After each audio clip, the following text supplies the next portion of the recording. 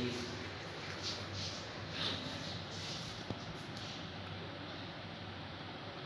کل نفس ذائقۃ الموت صدق اللہ علیہ وسلم۔ جس طرح کہ اللہ تعالیٰ کا ارشاد ہے کہ ہر نفس کو موت کا مزہ چکھنا ہوا ہے، اسے مرنا ہے۔ جو دنیا میں آیا ہے وہ کیسا جس طرح بھی ہے دنیا میں جیتا ہے، اس کے بعد موت کا مزہ بھی چکھنا ہے، اور گویا کہ موت ایک ذائقہ ہے جسے چکھنا ہے۔ اسی لیے سرکار دو عالم صلی اللہ علیہ وسلم نے فرمایا کہ جب تم موت کو یاد کرتے ہو تو اللہ تعالیٰ تمہارے لیے صدقہ بنا دیتا ہے۔ صرف روپیہ پیسہ دینا ہی صدقہ نہیں ہوتا ہے، بلکہ اچھی بات کرنا بھی صدقہ ہوتا ہے، تو موت کو یاد کرنا بھی صدقہ ہوتا ہے۔ تو گویا کہ موت کو اس لیے یاد کرنا ہے کہ موت ایک حقیقت ہے، اس سے کسی کو انکار نہیں، کسی کو انکار نہیں۔ جب آقا دو جہاں صلی اللہ علیہ وسلم کا آخری وقت تھا تو سرکار دو عالم صلی اللہ علیہ وسلم نے فرمایا کہ اللہ تعالیٰ نے اپنے بندے کو اختیار دیا کہ چاہو تو اللہ سے ملاقات کرو، چاہو تو یہیں پر ہو۔ تو آپ فرماتے ہیں کہ بندے نے چاہا کہ اللہ تعالیٰ سے ملاقات کرو، تو یہ بات حضرت ابوبکر صدیق رضی اللہ تعالیٰ عنہ سمجھ گئے اور آپ رونے لگے۔ تو عمر فاروق رضی اللہ تعالیٰ نے پوچھا کہ آخر آپ رو کیوں رہے؟ تو کہا کہ سرکار دعا ایسا محسوس ہوتا ہے کہ اب سرکار دو عالم صلی اللہ علیہ وسلم اس دنیا سے تشریف فرما ہوں گے، اس دنیا سے پردہ فرما جائیں گے، اس لیے کہ جو مقصد جو منشا آپ لے کر آئے تھے وہ مقصد اور منشا پورا ہو گیا۔ اب اس کے بعد انبیاء کرام کا معاملہ کیا ہوتا تھا کہ انبیاء کرام کا معاملہ یہ ہوتا تھا کہ جس کام کے لیے وہ آتے وہ کام جب پورا ہو جاتا تو انہیں اشتیاق ہوتا کہ اللہ سے ملاقات، انہیں اشتیاق ہوتا کہ آگے جائیں۔ جیسا کہ ہم نے موسیٰ علیہ السلام کے بارے میں بھی سنا ہے کہ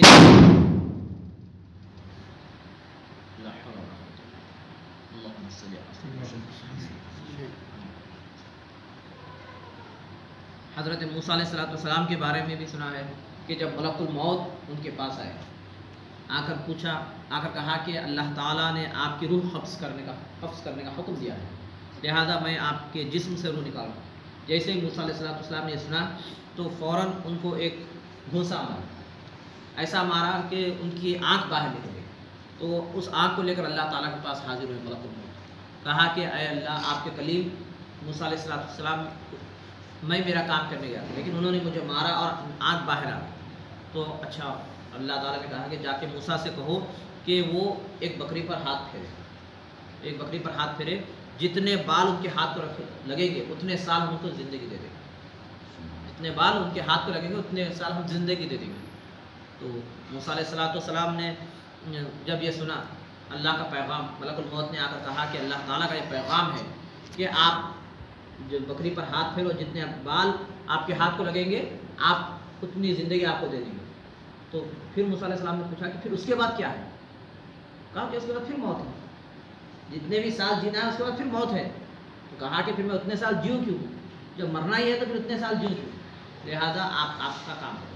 تو گویا کہ انبیاء کرام علیہ السلام کے ساتھ ایسا معاملہ کہ وہ اب اشتیاق میں رہتے اللہ سے ملاقات، تو ویسے ہی سرکار دو عالم صلی اللہ علیہ وسلم کو اللہ تعالیٰ نے اختیار دیا۔ اور پھر جب سرکار دو عالم صلی اللہ علیہ وسلم کے پردہ فرمانے کا وقت آیا تو ملک الموت آئے، آ کر جیسے پہلے اندر آنے کی اجازت طلب کی۔ حضرت جبرائیل علیہ السلام نے آ کر کہا کہ یا رسول اللہ صلی اللہ علیہ وسلم، ملک الموت آئے جو کسی کے پاس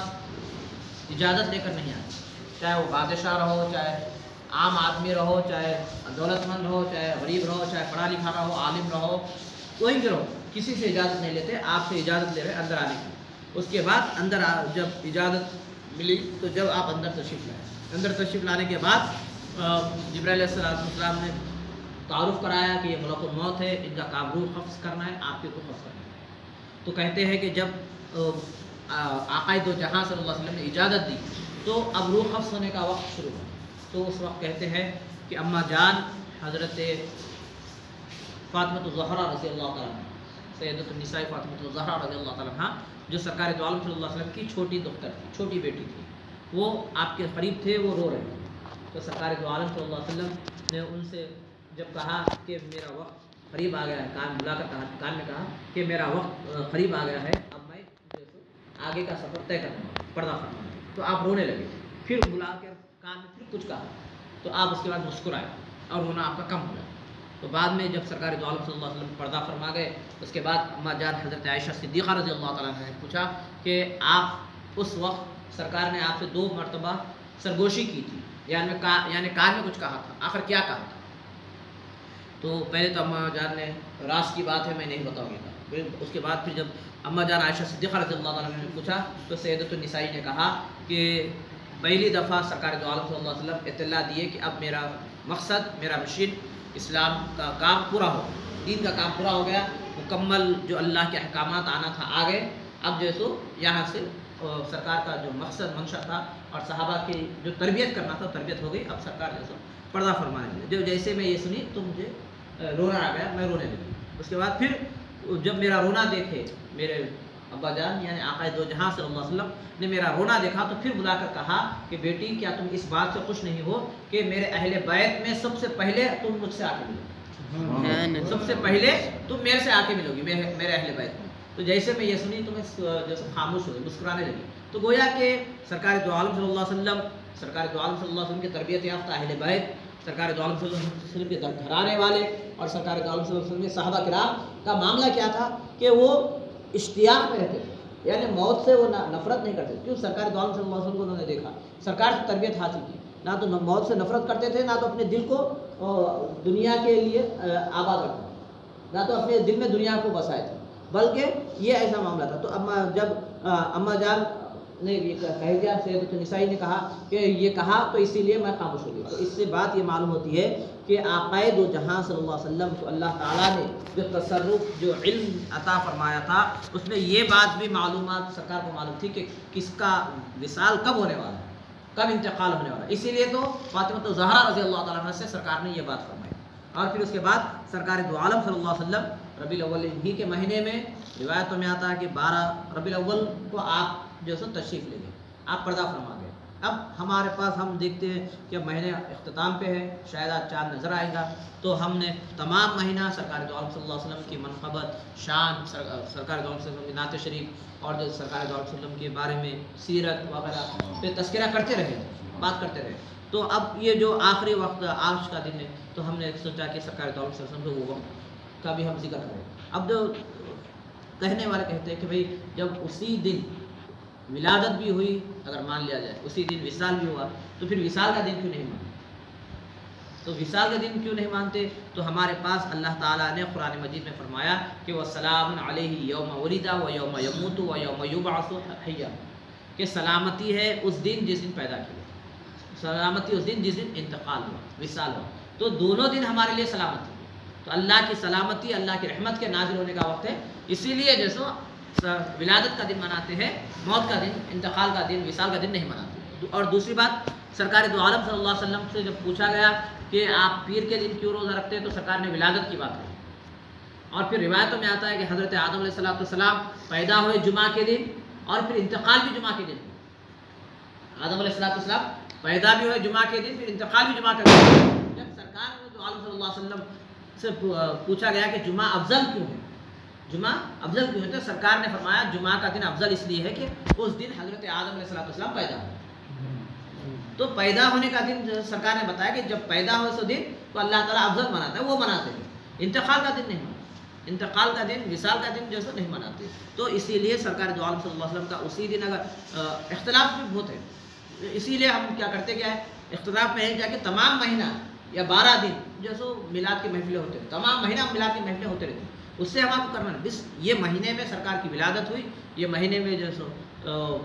سرکار دو عالم صلی اللہ علیہ وسلم تشریف لائے، اسی لیے اس کو مناتے ہیں۔ تو ولادت کے دن میلاد النبی مناتے ہیں، بس اتنا ہی ہے۔ اور پھر اس کے بعد سرکار دو عالم صلی اللہ علیہ وسلم کا جو صحابہ سے سرکار دو عالم صلی اللہ علیہ وسلم کا جدا ہونا برداشت، صحابہ کو برداشت نہیں،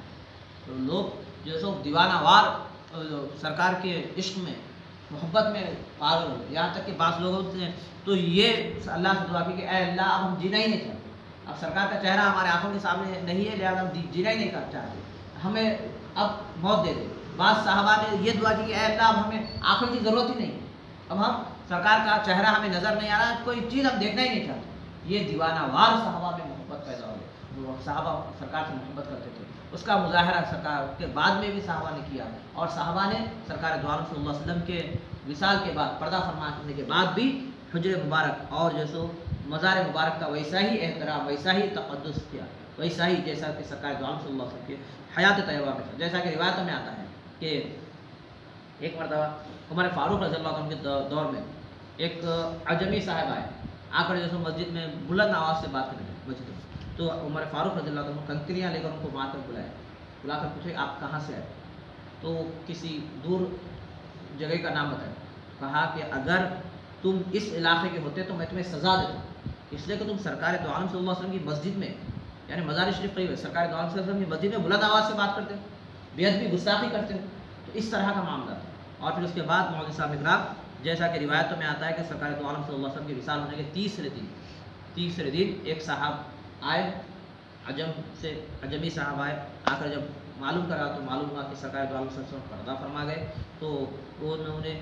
وہ آیت مبارکہ جو اللہ تعالیٰ نے قرآن مجید میں نازل فرمائی، وَلَوْ أَنَّهُمْ إِذْ ظَلَمُوا أَنفُسَهُمْ جَاءُوكَ فَاسْتَغْفَرُوا اللَّهَ وَاسْتَغْفَرَ لَهُمُ الرَّسُولُ لَوَجَدُوا اللَّهَ تَوَّابًا رَحِيمًا، کہ جو اپنے جانوں پر ظلم کر لے، مفہوم آیت مبارک بتا رہا ہوں، وَلَوْ أَنَّهُمْ إِذْ ظَلَمُوا أَنفُسَهُمْ جَاءُوكَ، کہ جو اپنے نفسوں پر، اپنے جانوں پر ظلم کر لیا، جاؤ کا اس کے بعد آپ کے پاس ہے، آپ کے پاس آ کے اللہ تعالیٰ سے معافی مانگے، فاستغفر اللہ واستغفر لهم الرسول، اور پھر رسول بھی استغفار کرے، رسول بھی ان کے لیے دعا کرے، رسول بھی ان کے گناہ کی بخشش کے لیے دعا کرے، تو اللہ تعالیٰ کا لوجد اللہ تواب رحیم، تو تم اللہ کو پاؤ گے بہت زیادہ توبہ قبول کرنے والا اور رحم کرنے والا۔ تو یہ آیت پڑھتے ہوئے روح گئے، اب کہا کہ یا رسول اللہ صلی اللہ علیہ وسلم، میں نے یہ اس آیت مبارکہ پر بھروسہ کرتے، اس آیت مبارکہ پڑھتے ہوئے میں آپ کے دربار میں حاضر ہوا، مجھ سے جو گناہ ہوئے ان گناہوں کی معافی کے لیے میں آپ کے پاس آیا ہوں، اب میں کیا کروں، اب میں کہاں جاؤں گے؟ یہ کہتے ہوئے آپ جو سو وہ صحابی وہاں پر اس مزار کو جو سو لپٹ کر رو رہے تھے، اپنا سر وہاں پر لگا دیے تھے، ہاتھ لگا دیے تھے، لگا کر رو رہے تھے، روتے روتے جب کچھ دیر کے بعد قرار آیا تو اس کے بعد اٹھ کے جانے لگے، تو وہیں پر کہتے ہیں کہ شاید حضرت علی رضی اللہ عنہ یا کوئی صحابی کو سرکار دو عالم صلی اللہ علیہ وسلم خواب میں آئے، آ کر کہا کہ جا کر ان سے کہہ دو کہ اللہ تعالیٰ نے ان کے گناہ کو معاف فرمایا۔ تو گویا کہ جو سرکار دو عالم صلی اللہ علیہ وسلم ظاہری حیات میں اللہ تعالیٰ نے جو صحابہ کے لیے اور امت کے لیے جو انعامات رکھے تھے، بعد وفات بھی اللہ تعالیٰ نے وہی انعامات رکھے، ویسے ہی اگر آج بھی گناہ گار بندوں کی اگر بخشش ہوتی ہے تو وہ سرکار دو عالم صلی اللہ علیہ وسلم کے صدقے میں ہی ہوتی ہے۔ الحمد للہ العالمین، سبحان ربک رب العزۃ عما یصفون، وسلام علی المرسلین، الحمد للہ۔